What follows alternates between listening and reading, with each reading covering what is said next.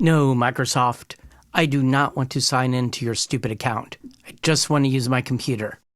I've been working on making PDF documents using LaTeX where the equations are interpretable by a screen reader. Let's see what the accessibility guy has to say. We're going to learn how to make some math accessible from within a PDF. I first want to find my figure tag that contains all of the math elements. I'm going to launch my MathPix snipping tool. Okay, that won't really apply to me because I'm actually writing the original LaTeX. An OCR tool that can help generate the LaTeX description of our math equation. And what I'm going to do is copy that LaTeX description, and we are going to enter our alternate text. If you want to have accessible math in a PDF, you need to put the LaTeX description in the alt text for the figure tag. Let's see how it reads. Heading level 1 bracket /bracket left brace -b /b. And that is the LaTeX description for this quadratic equation. So it's just reading the LaTeX source code? The best method is to provide LaTeX in the alt text description of the figure tag. Let's see if we can do something better.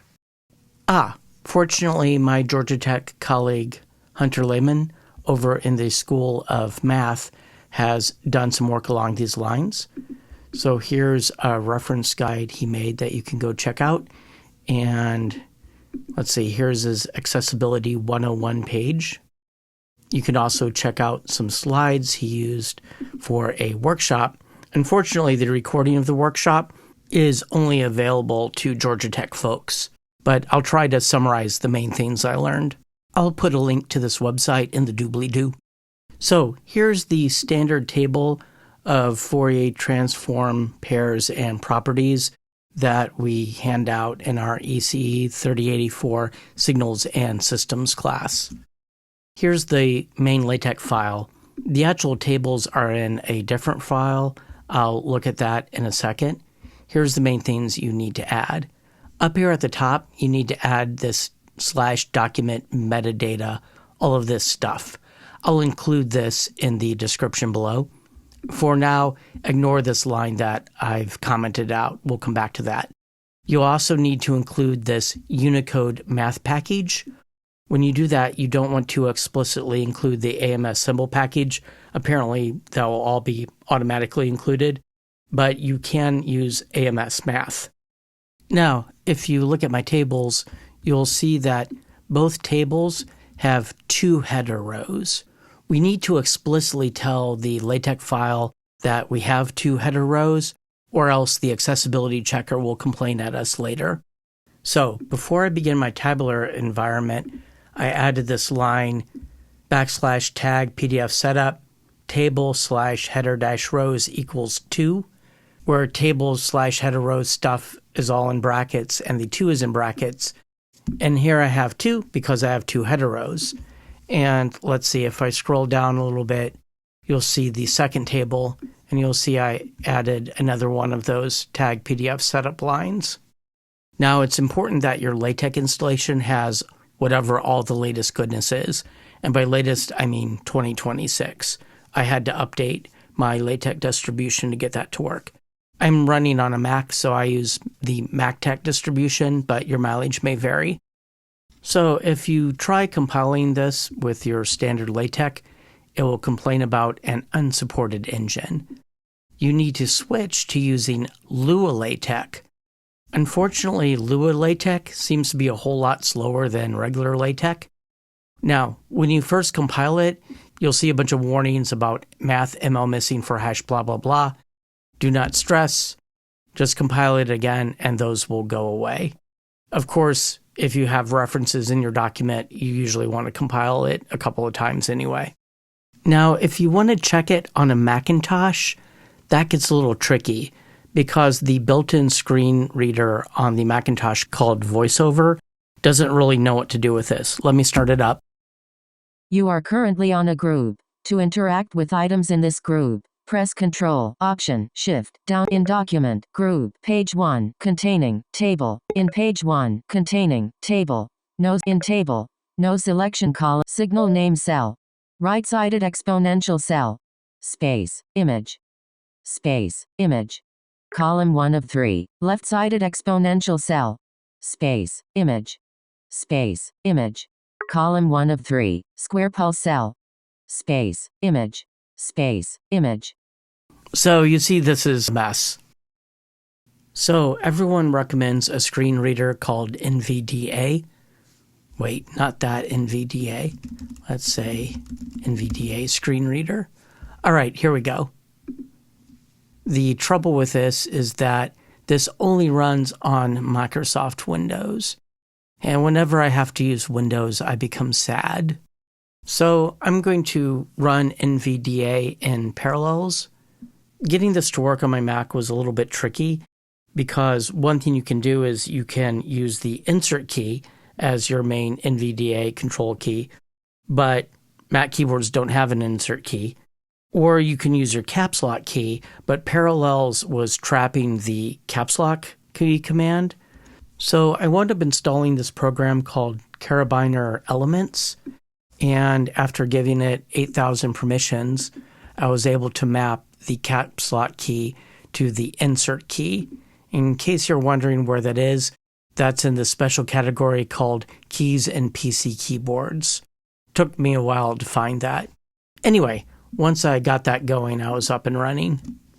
Now, this is important. You need to be looking at your PDF documents in either Acrobat Reader or Foxit Reader. If you try to read a PDF in Edge using NVDA, it's just an utter and complete disaster. Okay, so here's my table. Let me start NVDA. Come on, start. Makes a little happy. NVDA. Oh, good for you. Well, use caps lock. Start option. Use caps lock as an NVDA modifier.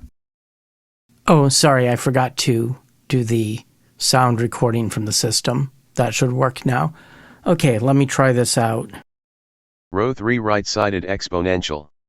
Time domain, column 2e raised to the negative at power, u of t times, open paren a is greater than 0, close paren. Frequency domain, column 3 the fraction with numerator 1, and denominator a plus j omega. Okay.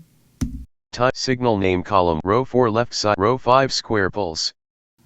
Time domain, column 2 open bracket, u, open paren t plus t divided by 2, close paren, minus, u, open paren, t minus t divided by 2, close paren. Frequency domain, column 3 the fraction with numerator, sine of, open paren omega t divided by 2, close paren, and denominator omega divided by 2. Okay, so it pronounced sine correctly. Row 14 impulse train. Let's see how it handles summations. Time domain, column 2 sigma with n is equal to negative infinity below and infinity above. Delta open paren t minus nt close paren. Frequency domain, column 3 the fraction with numerator 2 pi and denominator t. Sigma with k is equal to negative infinity below and infinity above. Delta, open paren, omega minus 2 pi k divided by t, close paren. Okay, that's serviceable. Okay, so now what I'm going to try doing is commenting out this line and commenting in this line, this math/alt/use. And this is going to do what was suggested by the fellow in the YouTube short we looked at the beginning of the video. And it's just going to take the LaTeX and shove it in as alt text. Let's see what that experience is like. Okay, let's try this. Table with 14 rows and 3 columns. Row 2 column 1 page 1 signal name. Row 3 right-sided exponential. Time domain, column 2 LuaTeX formula starts begin math e at u, t, quad, a greater 0, and math-LuaTeX formula ends. Frequency domain, column 3 LuaTeX formula starts begin math display style frac 1 a plus j omega and math-LuaTeX formula ends. Well, that's pretty dreadful. Let me go down and check out that sync function, the sine omega t over 2 over omega over 2. Row 5 LuaTeX formula starts begin math display style frac sin, omega t/2, omega/2 end mathml-AF formula ends. Okay, that's pretty dreadful. Besides mispronouncing sign, in the fraction, it didn't actually pronounce the curly braces that you would need to understand where the different parts of the fraction are. Okay, let's see how it handles reading off one of these sums. Row 14 impulse train. Time domain, column 2 LuaTeX formula starts begin math display style sum n equals, inft delta, tnt, and math-LuaTeX formula ends. Oh my goodness. Frequency domain, column 3 LuaTeX formula starts begin math display style frac 2 pi t sum k equals, inft delta, omega, 2 pi k slash t, and math-LuaTeX formula ends. Oh boy, that's not great. Actually, let me go up 3 lines. I want to hear how it reads this pi delta. Row 11 LuaTeX formula starts begin math display style pi delta, omega, omega 0, plus pi delta, omega plus omega 0, and math-LuaTeX formula ends. Oh, did you catch how it missed the minus sign? Okay, so that would be a dreadful experience. We don't like that. Okay, now here's the frustrating thing. Canvas, which is our course management system at Georgia Tech, lots of other places use Canvas, has a built-in accessibility checker. The version that I just tried out, where it just shoved the raw LaTeX code, that now gets a score of perfect in accessibility. But the mathml version, the one that actually sounded decent coming out of the screen reader, it doesn't realize that that works. It complains about every single one of these being an image that's missing alt text and somehow missing the fact that there's that mathml in there that makes this work really well with a screen reader.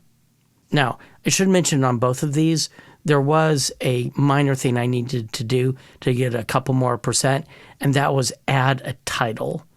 Now, something I tried doing was adding a title in here in the LaTeX using a /title command, but I didn't want a title to actually appear on the document itself. I just wanted a couple of tables. So this didn't actually appear in the final PDF, so that trick didn't work. But the accessibility checker will let you just add a title to the PDF here on the website, so that fixed that easy enough. Come to think of it, when we tried VoiceOver on the Mac earlier, we were trying the mathml version. Let's see if it will work for some definition of work on the LaTeX shoved into alt text version. Right-sided exponential cell. LaTeX formula starts begin, math, x, t, end, math-LaTeX formula ends. LaTeX formula starts \begin, left brace math right brace, e caret, left brace at right brace, u, t, \quad, a greater than 0, \end, left brace math right brace, LaTeX formula ends image. Okay, that's something. LaTeX formula starts begin, math, x, t, end, math-LaTeX formula ends. LaTeX formula starts \begin, left brace math right brace, left brace \display style \frac, left brace 1 right brace, left brace a plus j \omega right brace, \end, left brace math right brace, LaTeX formula ends image. Okay, at least there, unlike the NVDA screen reader, it was pronouncing the brackets, so one could get a sense of where the actual numerator and denominator are. Let's say I'm going to try going down to the u omega stuff. Formula starts \begin, left brace math right brace, u, \omega plus \omega underscore 0, u, \omega, \omega underscore 0, \end, left brace math right brace, LaTeX formula ends image. I think that was missing the minus signs. I don't think that's usable. Let's try the sums. Impulse train cell. LaTeX formula starts begin, math, x, t, end, math-LaTeX formula ends. LaTeX formula starts \begin, left brace math right brace, left brace backslash display style backslash sum underscore left brace n equals backslash inf t right brace caret left brace backslash inf t right brace backslash delta tnt right brace backslash end left brace math right brace LaTeX formula ends image. Yeah. No. LaTeX formula starts begin math x t end math LaTeX formula ends. LaTeX formula starts backslash begin left brace math right brace left brace backslash display style backslash frac left brace 2 backslash pi right brace left brace t right brace backslash sum underscore left brace k equals backslash inf t right brace caret left brace backslash inf t right brace backslash delta backslash omega 2 backslash pi k slash t right brace backslash end left brace math right brace LaTeX formula ends image. Notice it didn't pronounce the minus sign like with the NVDA screen reader. It pronounced a bunch of other stuff though. If it could be bothered to actually pronounce the minus sign with some practice, if you're knowledgeable of LaTeX, you could listen to this and kind of put it together in your head. Or you could also hit yourself in the head with a large spiked board and probably have about as pleasant of an experience. Anyway, this business of just reading off the LaTeX, this is really not the way to go. Okay, we need to talk about the alt text tags that go with your images. So here in the include graphics command, in addition to things like your usual width, we now have this alt tag, so I can write alt equals my alternative text for that image. Now, one thing I have discovered is that including equations in your alt text doesn't really work. It just shows up with these dollar signs in the text. And probably if it tried to do them as equations, it might mess them up. So maybe if I'm thinking about this as being spoken out loud, I might make this, let's see, from left to right between V in and V out, there is a resistance R and an inductance L. Oh, I forgot the dollar signs here anyway. At the junction between R and L, there is a capacitance. Let's see if this is being said out loud. C1 to ground. Maybe it's also being read. Maybe I should write it like this. I'm not sure. If anyone has any best practice advice, let me know in the comments below. So I think if a text-to-speech thing is just reading this, I think that flows okay. And I'll need to fix this up down here too. Now, if you have an image that's purely decorative in nature and doesn't really convey any information, then instead of alt equal, you can use this artifact tag and the screen reader will just ignore it entirely, or it should.